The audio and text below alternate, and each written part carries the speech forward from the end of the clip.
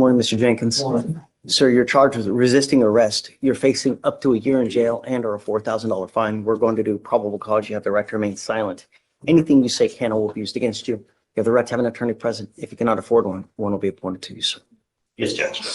On March 2nd, 2025, officers were dispatched to a traffic hazard. Upon arrival, the officers were monitoring the traffic and crowd control of patrons leaving the bars that were closed around 2 a.m.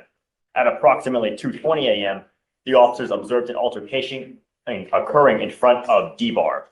Officers ran toward the crowd, telling them to stop. An officer approached, crowd dispersed, and the officer observed the defendant punch a male who fell to the ground and was semi-conscious.